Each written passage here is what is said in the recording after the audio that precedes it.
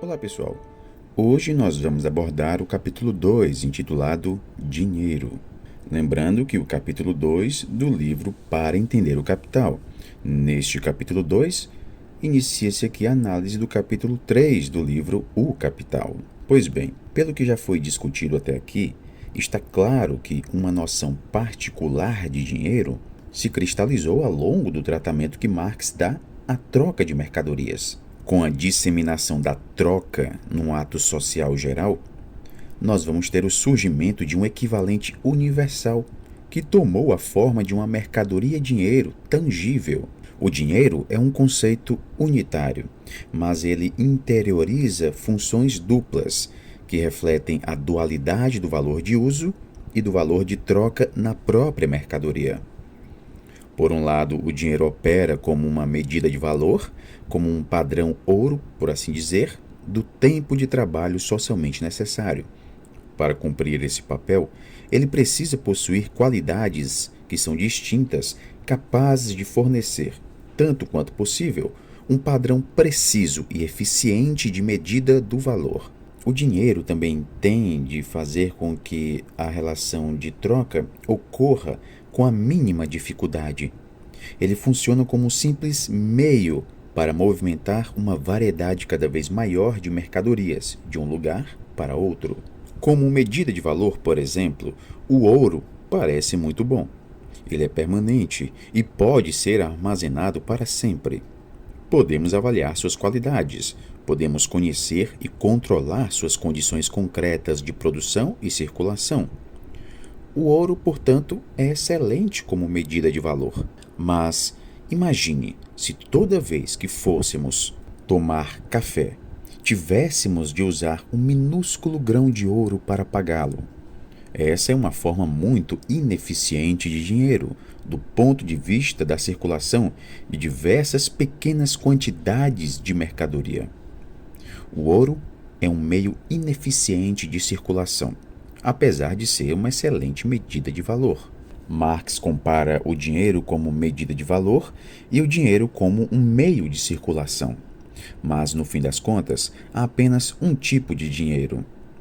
E a resolução dessa tensão entre dinheiro como medida efetiva de valor e o dinheiro como meio eficiente de circulação é parcialmente dada pela possibilidade da necessidade de outra forma de circulação, que é a existência do crédito.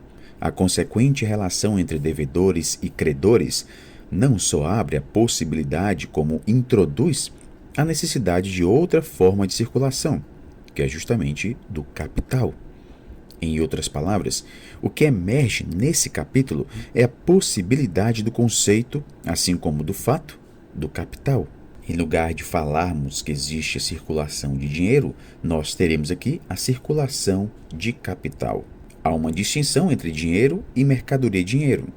Para consolidar o seu argumento anterior, de que o valor não é materialmente mensurável em si mesmo, pois ele requer uma representação para regular as trocas, Marx começa pressupondo o ouro como a mercadoria-dinheiro singular. O ouro é a forma necessária de manifestação da medida imanente de valor das mercadorias, o tempo de trabalho. O valor é expresso na relação entre mercadoria e dinheiro como uma forma de manifestação do valor e todas as mercadorias que são trocadas por ela. O valor das mercadorias é irreconhecível e não se pode conhecê-lo sem sua forma de manifestação. Quando produzo uma mercadoria, não tenho ideia de qual é o seu valor antes de colocá-la no mercado. Vou ao mercado com uma noção imaginária, ideal, de seu valor. Assim, coloco nela uma etiqueta com um preço. Isso informa o potencial comprador do valor que, para mim, a mercadoria deveria ter. Mas não tenho como saber se conseguirei esse preço por ela, pois não posso ter uma ideia prévia de qual é o seu valor de mercado. Em sua função de medida de valor, o ouro serve, portanto, apenas como dinheiro representado ou ideal. O preço depende inteiramente do material real do dinheiro. Nós vamos ter aqui uma relação entre preços imaginários, ideais, e os preços efetivamente recebidos no mercado. O preço recebido deveria idealmente indicar o valor verdadeiro, mas é apenas uma aparência, uma representação imperfeita do valor. O ouro é uma mercadoria específica. O seu valor é dado pelo tempo de trabalho socialmente necessário que nele é incorporado, e esse trabalho, como nós vimos, não é constante. Flutuações nas condições concretas de produção afetam o valor do ouro ou de qualquer outra mercadoria dinheiro. Mas essa mudança atinge todas as mercadorias ao mesmo tempo e mantém inalterados os seus valores relativos recíprocos, mesmo que esses valores agora se expressem em preços de ouro maiores ou menores do que antes. O Estado exerce funções essenciais no interior do sistema de produção capitalista. Uma das funções mais importantes do Estado tem a ver com a organização do sistema monetário, regulando a moeda e mantendo o sistema monetário efetivo e estável. O preço é a denominação monetária do trabalho objetivado na mercadoria. Essa denominação monetária não é o mesmo que mercadoria dinheiro, e sua relação com o valor como tempo de trabalho socialmente necessário se torna cada vez mais opaca. Mas é importante lembrar a definição do preço como a denominação monetária do trabalho incorporado numa mercadoria. Se eu levar minha mercadoria ao mercado e colocar nela um preço, ou seja, uma denominação monetária ou uma representação de valor, e se você levar uma mercadoria similar e colocar nela outro preço, e se um terceiro levar outra mercadoria similar e colocar nela outro preço, teremos um mercado repleto de preços diferentes para uma mesma mercadoria.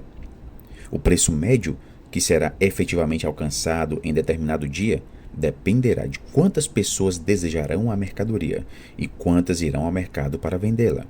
Dessa forma, o preço médio alcançado vai oscilar de acordo com as flutuações nas condições de oferta e demanda. A oferta e a demanda não explicam mais porque uma camisa custa, em média, menos do que um par de sapatos. Tampouco vai explicar qual é o preço diferencial entre camisas e sapatos. Na visão de Marx, esse preço diferencial médio reflete o valor, o tempo de trabalho socialmente necessário incorporado nas diferentes mercadorias.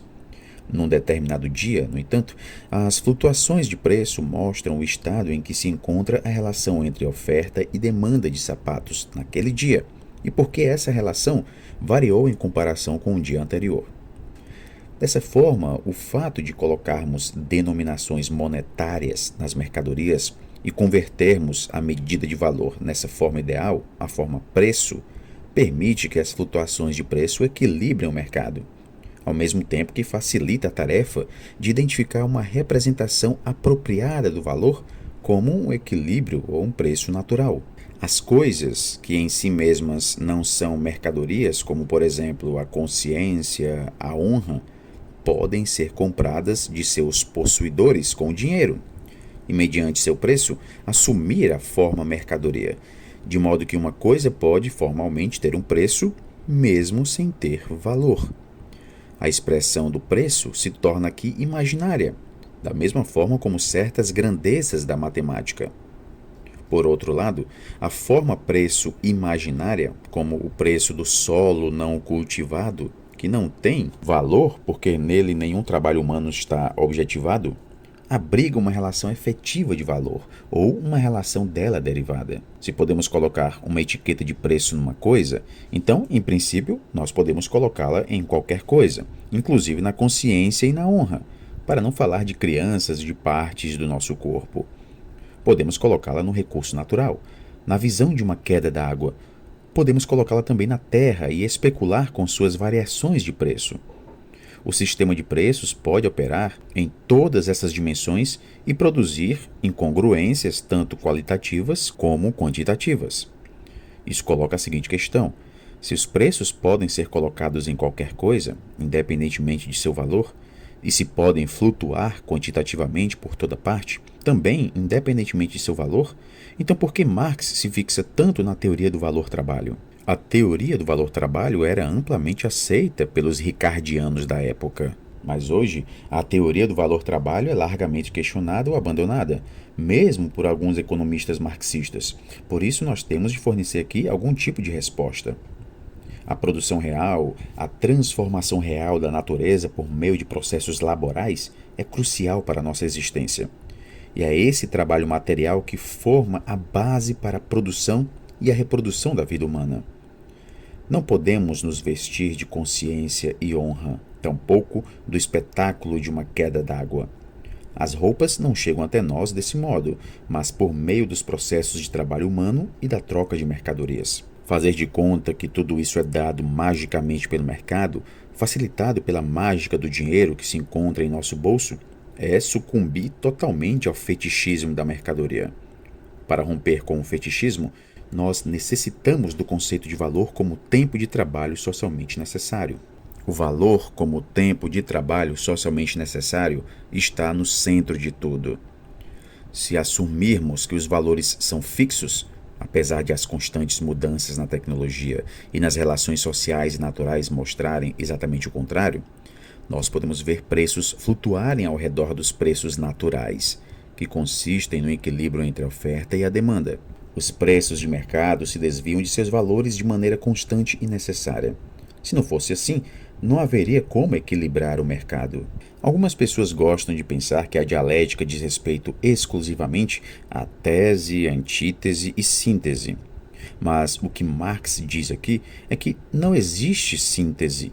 O que existe é apenas a internalização da contradição e sua acomodação num grau mais elevado.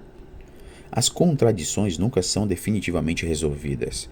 Podem ser apenas repetidas no sistema de movimento perpétuo, ou em escala cada vez maior. No entanto, há momentos aparentes de resolução. Por exemplo, quando a forma dinheiro se cristaliza na troca para resolver o problema da circulação eficiente das mercadorias. Marx examina o que chama de metabolismo social e metamorfose das mercadorias por meio da troca. A troca, como foi visto, produz uma duplicação da mercadoria em mercadoria e dinheiro. Esses, quando em ação, se movem em direções opostas a cada troca de mãos. Enquanto o movimento de um, que é a troca de dinheiro, facilita o da outra, o movimento das mercadorias, ocorre um fluxo oposto, que cria a possibilidade para o surgimento de formas antitéticas. A troca é uma transação em que o valor sofre uma mudança de forma. Marx chama essa cadeia de movimentos, mercadoria em dinheiro e dinheiro em mercadoria, de relação MDM. O movimento MDM é diferente do movimento MM, mercadoria por mercadoria, ou escambo. Agora, todas as trocas são mediadas pelo dinheiro. Trata-se de uma dupla metamorfose do valor, de M, mercadoria, em D, dinheiro, e de dinheiro em mercadoria. Para vender uma mercadoria particular, você tende a encontrar no mercado alguém que a queira. O que acontece se você vai ao mercado e ninguém quer a sua mercadoria? Isso leva a uma série de questões sobre como a necessidade e a produção de necessidades pela propaganda, por exemplo, influencia o processo de troca. A transformação de mercadoria em dinheiro é complicada, em grande parte, pelas condições de oferta e demanda existentes no mercado no momento particular. Num processo de troca, o valor se move de um estado, o da mercadoria, para o outro, o do dinheiro, e vice-versa. A ênfase de Marx nas antíteses sinaliza uma contradição potencial, mas não entre compradores e vendedores, porque esses não são fixos. São personagens constantemente desempenhados por pessoas alternadas no interior da circulação de mercadorias. A contradição tende a estar na metamorfose das mercadorias tomadas em conjunto, ou seja, na circulação das mercadorias em geral, uma vez que a própria mercadoria é aqui determinada de maneira antitética. É, ao mesmo tempo, um não valor de uso para o proprietário, que não está mais usando, e como objeto de compra, um valor de uso para aquele que vai comprar, o comprador. Esse processo de circulação de mercadorias é cada vez mais mediado pelo dinheiro. Começo com mercadoria. Passo para dinheiro, mas não é nada que me obrigue a gastar imediatamente o dinheiro em outra mercadoria. Se eu quisesse, poderia simplesmente guardar o dinheiro. Poderia fazer isso, por exemplo, se não confiasse na economia ou estivesse inseguro quanto ao futuro e quisesse poupar. Afinal de contas, o que nós preferiríamos ter à mão em tempos difíceis? Uma mercadoria particular ou um equivalente universal? Mas o que aconteceria com a circulação de mercadorias, em geral, se todo mundo decidisse, de repente, guardar o seu dinheiro? A compra e a circulação de mercadorias acabariam, o que levaria a uma crise generalizada. Se no mundo inteiro as pessoas decidissem não usar seus cartões de crédito durante 3 dias, a economia global correria um sério perigo.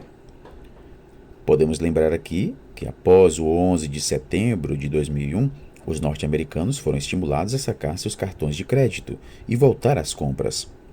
Essa é a razão de tanto esforço para tirar dinheiro do nosso bolso e mantê-lo circulando. Quando há um tumulto no mercado, aqueles que têm dinheiro ficam nervosos e decidem poupá-lo, ao invés de investi-lo ou gastá-lo, o que provoca uma queda na demanda de mercadorias.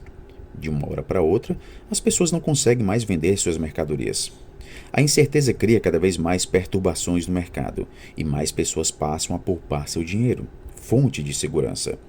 Consequentemente, a economia inteira inicia uma espiral descendente. Keynes, que vai dar origem ao keynesianismo, defendia que, nesses casos, o governo deveria entrar em cena e reverter o processo por meio da criação de estímulos fiscais.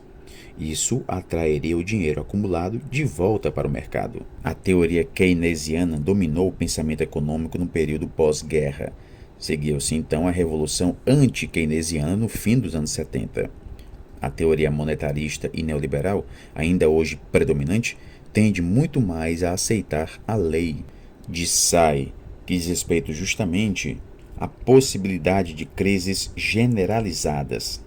Marx está claramente do lado daqueles economistas políticos que defendem a possibilidade de crises gerais, que existiam na literatura da época. Esses economistas eram chamados de teóricos da superprodução geral e eram relativamente poucos. Para a circulação de mercadorias, como nós vimos, pequenos grãos de ouro são ineficientes.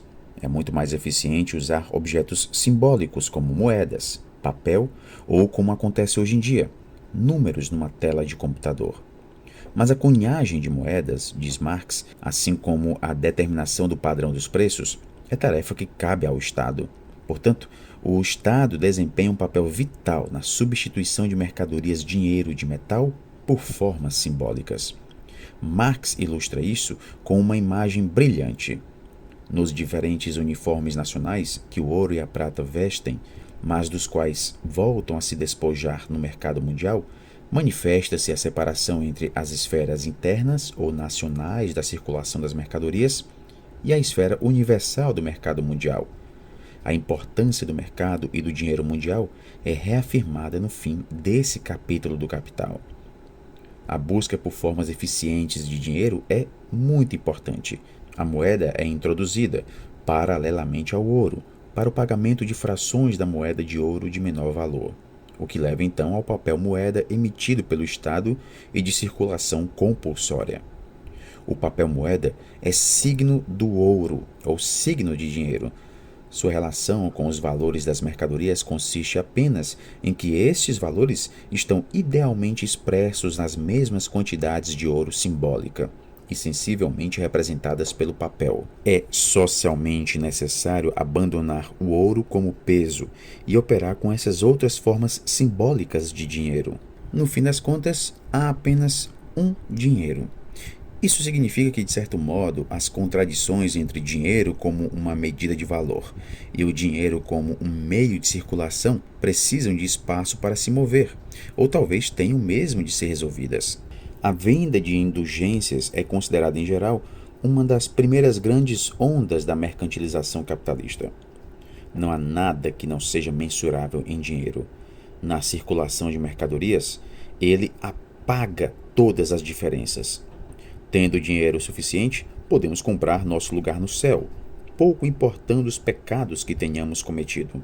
Mas o dinheiro também é ele próprio uma mercadoria, uma coisa externa, que pode se tornar a propriedade privada de qualquer um. Assim, a potência social torna-se potência privada da pessoa privada. Nós temos aqui a tendência do dinheiro de tornar o trabalho privado um meio de expressão para o trabalho social. Podemos fantasiar que pertencemos a esta ou aquela comunidade cultural, mas na prática, Nossa comunidade primária é dada pela comunidade do dinheiro, o sistema de circulação universal que põe nosso café da manhã na mesa, gostemos disso ou não. O poder social que o dinheiro proporciona não tem limite, mas por mais desenfreado que seja o impulso de entesouramento, há uma limitação quantitativa ao entesourador, a quantidade de dinheiro que ele possui num dado momento. As potencialidades ilimitadas da acumulação monetária são um objeto fascinante de reflexão.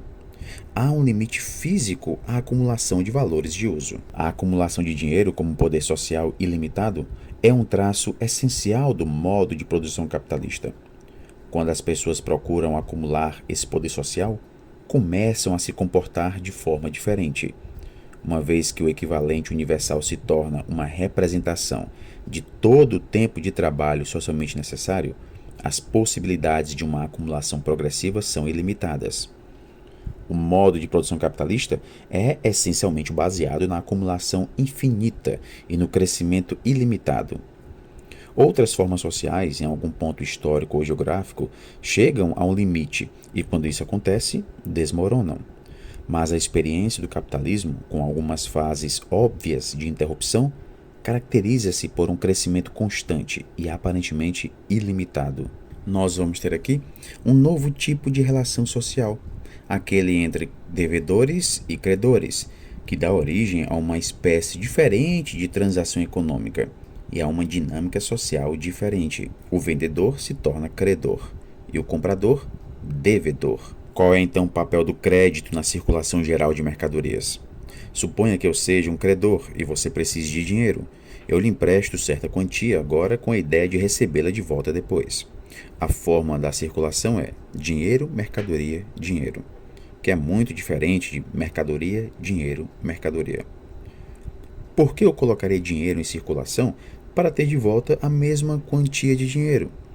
Não há nenhuma vantagem para mim nessa forma de circulação, a não ser que eu receba de volta mais dinheiro do que eu emprestei. É necessário haver uma forma de circulação em que o dinheiro é trocado com a finalidade de conseguir dinheiro. Essa é uma mudança de perspectiva que faz uma enorme diferença. Se o objetivo é conseguir outros valores de uso por meio da produção e da troca de mercadorias, ainda que mediadas pelo dinheiro, nós estamos lidando com mercadoria, dinheiro, mercadoria.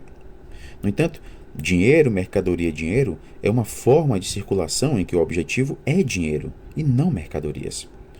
Para que isso tenha lógica, é preciso que eu consiga de volta mais dinheiro do que aquele que eu desembolsei. É nesse ponto do capital que nós vemos pela primeira vez a circulação de capital, cristalizando-se a partir da circulação de mercadorias, mediada pelas contradições da forma dinheiro.